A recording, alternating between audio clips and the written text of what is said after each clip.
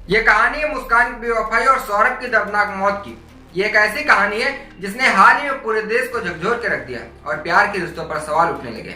मेरठ के सौरभ राजपूत की जिंदगी किसी फिल्मी हीरो जैसी, एक सफल, मेहनती और सभ्य जिसने अपने प्यार के लिए अपने परिवार तक को छोड़ दिया था, लेकिन उसकी कहानी का अंत एक दर्दनाक और खौफनाक हत्या में हुआ। इस कहानी में प्यार है, धोखा है, साजिश है और एक ऐसी क्रूरता है जो सुनकर आपकी रूह कांप जाएगी। यह कहानी आपको अंदर तक झकझोर के रख देगी। एक खूबसूरत रिश्ता था जो धीरे धीरे मौत की ओर बढ़ता गया और कहानी की शुरुआत होती है साल 2016 में। साल 2016 में सौरभ की मुलाकात मुस्कान रस्तोगी से हुई। दोनों में दोस्ती हुई, फिर प्यार हुआ और फिर शादी। यह प्रेम विवाह था, लेकिन सौरभ के परिवार को यह रिश्ता पसंद नहीं आया। उन्होंने अपने बेटे से रिश्ता तोड़ लिया, यहाँ तक कि प्रॉपर्टी तक से बेदखल कर दिया। मगर सौरभ को इससे कोई फर्क नहीं पड़ा। वह अपनी नई जिंदगी में अपने प्यार के साथ बिल्कुल खुश था। सौरभ मर्चेंट नेवी में काम करता था, जिससे उससे अच्छी सैलरी मिलती थी। शादी के बाद वह लंदन में सेटल हो गया। हालांकि नौकरी छूट जाने के बाद उसने वहां मल्टीनेशनल कंपनी में काम करना शुरू कर दिया। वह साल में कुछ ही महीनों के लिए भारत आता। उसके पास प्यार था, पैसा था, रुतबा था और सबसे बड़ी बात, वह अपनी बेटी और पत्नी से बेइंतहा मोहब्बत करता था। उधर मेरठ में मुस्कान की जिंदगी धीरे धीरे बदल रही थी, क्योंकि मुस्कान की जिंदगी में आ चुका था साहिल शुक्ला। साल 2019 में मुस्कान अपनी मासूम बेटी को प्ले स्कूल में छोड़ने जाया करती थी। वहीं उसकी मुलाकात साहिल शुक्ला से हुई।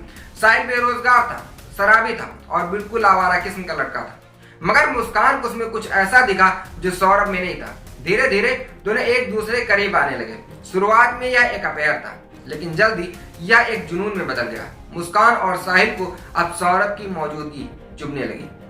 साहिल मुस्कान से कहता, अगर तुम सिर्फ मेरी हो सकती हो तो सौरभ को इस दुनिया से मिटाना होगा। और फिर एक घिनौनी साजिश रची गई। बर्थडे के नाम पर मौत की प्लानिंग हुई। 25 फरवरी को मुस्कान का जन्मदिन था। सौरभ ने अपनी पत्नी को सरप्राइज देने के लिए 24 फरवरी को लंदन से मेरठ आना तय किया। वह मुस्कान और बेटी के साथ समय बिताना चाहता था, लेकिन मुस्कान और साहिल पहले ही तय कर चुके थे कि यह रात सौरभ की आखिरी रात होगी।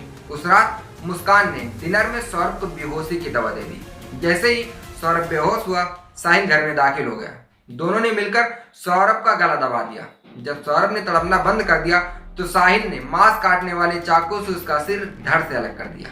अब सबसे बड़ी चुनौती थी कि लाश को ठिकाने कैसे लगाया जाए। पहले तो दोनों ने लाश को बैग में पैक कर दिया, लेकिन फिर प्लान बदला। अगले ही दिन साहिल बाजार से एक बड़ा नीला ड्रम और सीमेंट का कट्टा लेकर आ गया। लाश के टुकड़े कर दिए गए, फिर उन्हें ड्रम में डालकर सीमेंट में डस्ट का घोल भर दिया गया। देखते ही देखते सौरभ का पूरा शरीर ठोस सीमेंट में तब्दील हो गया। अब न कोई सबूत था और न ही कोई गवाह। हत्या के बाद शिमला में दोनों मंदिर में शादी करते हैं और उसके बाद हनीमून पर चले जाते हैं। इस जघन्य अपराध के बाद भी मुस्कान और साहिल को कोई भी पछतावा नहीं हुआ। उल्टा वे शिमला घूमने चले गए और वहां मंदिर में शादी और हनीमून मनाया।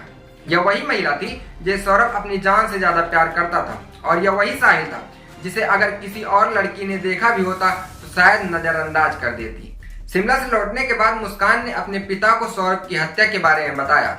शायद वह खुद इस बोझ को ज्यादा दिन तक उठा नहीं पाई। पिता ने पुलिस को जानकारी दे दी और फिर पुलिस हरकत में आ गई। जांच के दौरान जब पुलिस को घर से वह नीला ड्रम मिला तो उनकी रूह कांप गई। सीमेंट को तोड़ा गया और अंदर से सौरभ के 100 के टुकड़े बरामद हुए। मुस्कान और साहिल को तुरंत गिरफ्तार कर लिया गया। अब सबसे बड़ा सवाल यह है कि मुस्कान की जैसी औरतों को आखिर चाहिए क्या। एक तरफ था सौरभ, सिंपल, हैंडसम, सभ्य और एक अच्छा पति। दूसरी तरफ था साहिल, बेरोजगार, शराबी और एक ठग। अगर मुस्कान को साहिल से प्यार नहीं था तो वह तलाक ले लेती, उससे शादी का रिश्ता तोड़ देती, मगर उसने एक निर्दोष इंसान की हत्या कर दी सिर्फ इसलिए कि वह अपने प्रेमी के साथ बेखौफ रहना चाहती थी। आज मुस्कान जेल में है, साहिल भी सलाखों के पीछे, मगर सौरभ की छोटी सी बेटी जो अब अनाथ हो चुकी है, आखिर उसका क्या। वाकई प्यार का यही मतलब रह गया है कि यह समाज अब रिश्तों की अहमियत भूल चुका है। यह घटना सिर्फ एक हत्या नहीं, बल्कि यह समाज के रिश्तों की मूल्यों की एक डरावनी तस्वीर भी है। यह एक ऐसी घटना है जो हमें सोचने पर मजबूर करे कि आखिर हम किस ओर जा रहे हैं। इस कहानी को लेकर आपका क्या मानना है? इस बात का जवाब कमेंट बॉक्स में कमेंट करके जरूर दें।